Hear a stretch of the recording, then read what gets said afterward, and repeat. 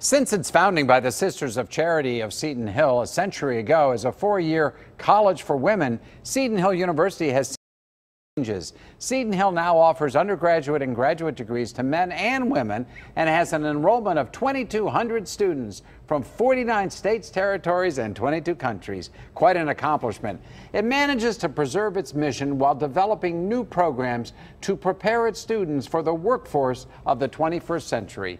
We're so pleased to welcome back Dr. Mary Finger, president of Seton Hill University, to this program. Mary, it's great to have you on, and congratulations. Happy anniversary. Thank you, thank you. We've been celebrating, and we'll continue to celebrate. Thank you for having me. 100 years. You know, I don't know a whole lot about the Sisters of Charity. We tend to hear a lot about the Sisters of Mercy. What exactly were the Sisters of Charity, or are they? Well, the Sisters of Charity, the order was founded by Elizabeth Ann Seton, who is the first American saint. She was canonized in 1976, and so the Sisters of Charity have a decidedly American focus, and they are educators primarily. Seton Hill's one of their primary missions. They came here from other parts of the Midwest, and they founded some predecessor institutions, and then they founded Seton Hill as a university in 1918. 1918, and you are kind of the Bell University of Westmoreland? We think so, absolutely. I know there are other universities there are out there. Other ones, right. I got to be a little careful. Right, you do. But you know, Seton Hill, I for years thought of it as a women's school, but you really are now fully coeducational? Right, for the last 16 years, actually. We went coeducational in 2002. And we actually are Division II, so we have 21 sports, Division II athletics, we have 21 sports, and so we have about 45% of our student body are men, 65% or 55% are women. So. Well, a lot of men would say that's not a bad. That's not a bad ratio, right? Right. So you're preparing your students for the workforce of tomorrow. What does that mean? Oh, that's a great question. Well, Seton Hill has always prepared students for the workforce. And actually, Mother Seton had this phrase that she used, because she herself was an educator. I am preparing you to be fit for the world in which you will live, not the current world. Right. And so I think that has been our motto forever. And one of the ways we do that is to make sure our academic programs are very in touch with the market. All the new academic programs that we've established have been done as a result of a new Office of Innovation and Planning that gives our faculty and staff some time and some resources to make sure that our programs are aligned with the workforce. And of course, we're using the Allegheny Conference Inflection Point research as well.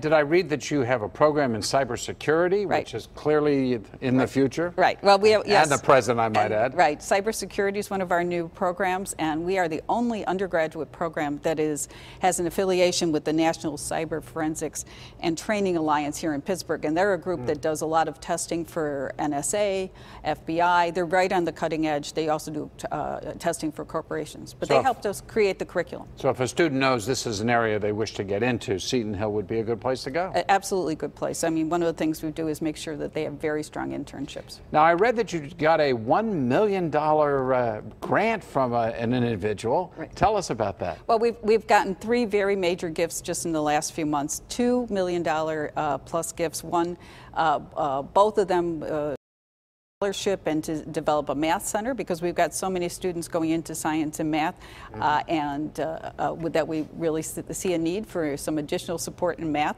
And then a very significant gift to begin a nursing program. A nursing program, which again is another important field and only growing as some of us baby boomers, you know, with the gray hair. Right, it's needed. We all need that. we know we're going to need it. Yeah. So as you look to the future, did I read 2,200 students? We have 2,200 students. Primarily residential? Right. We have about 1,500 traditional undergraduates, and about 75 to 80% of them.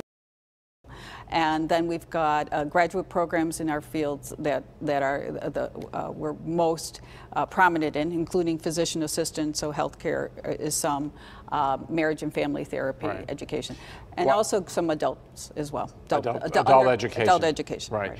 I'm not going to ask you to predict what Seton Hill is going to be like in 2118, 100 years from now. But as you look forward to the next decade, what are some of your goals? Well, to continue to be very, very relevant. And by that, in terms of our academic programs and also our career readiness program. We have a career readiness program we call Fit for the World, after Mother Seton's phrase, that makes sure that everyone has an internship. They have a lot of resume writing skills. We involve a lot of our alumni. So we make sure that when our students graduate, they are in place. So we have a 96% placement rate for our undergraduates and 97% for graduate students. That's really tremendous. Yeah. 97% placement. Right. Well, that's incredible. Is it too late to apply for this fall? No, absolutely not. So if somebody's interested, I think we've been putting up a website here. I think there's a way to get in contact. There we got it, setonhill.edu, if somebody's interested in applying to the school. Absolutely. This would be the place to go. And we're still taking some applications. We're getting close to being full. But sure, I'm sure that's the case. Well, Dr. Mary Finger, thank you very much for coming in and sharing with us on the show. It's great to have you here. Happy anniversary, 100th birthday. I love 100th birthday. Thank you again. Thank you very much. We'll be back with more of the Sunday Business Page in just a few moments. Stick with us.